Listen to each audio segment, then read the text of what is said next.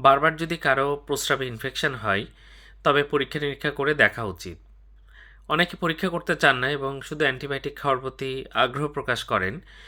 এটা মোটেও ঠিক না, কারণ আপনার যদি কিডনিতে পাথর থাকে, যদি ডায়াবেটিস থাকে, প্রোস্টেট যদি বড় হয় অথবা আরও বিভিন্ন অসুখ থাকে, তাহলে কিন্তু বারবার ইনফেকশন হতে থাকবে এবং এইভাবে অ্যান্টিবায়োটিক খেয়ে গেলে আপনার কিন্তু পরবর্তীতে ক্ষতি হবে।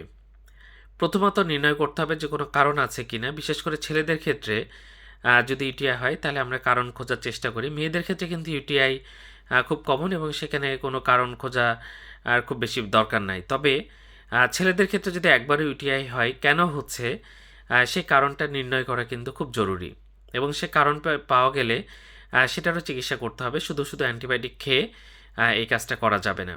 তো আশা করি সবাই সচেতন হবেন, ভালো থাকবেন সবাই। এবং ইউটিআই যেহেতু খুব কমন, প্রস্রাবে ইনফেকশন হলে প্রস্রাবে জ্বালা যন্ত্রণা হয়, জ্বর হয়, সে রোগী কিন্তু বেশ ভালো কষ্ট পায়। তো কেন হচ্ছে কারণটা বের করবেন এবং অ্যান্টিবায়োটিক তার সাথে আপনি খাবেন। ধন্যবাদ সবাইকে।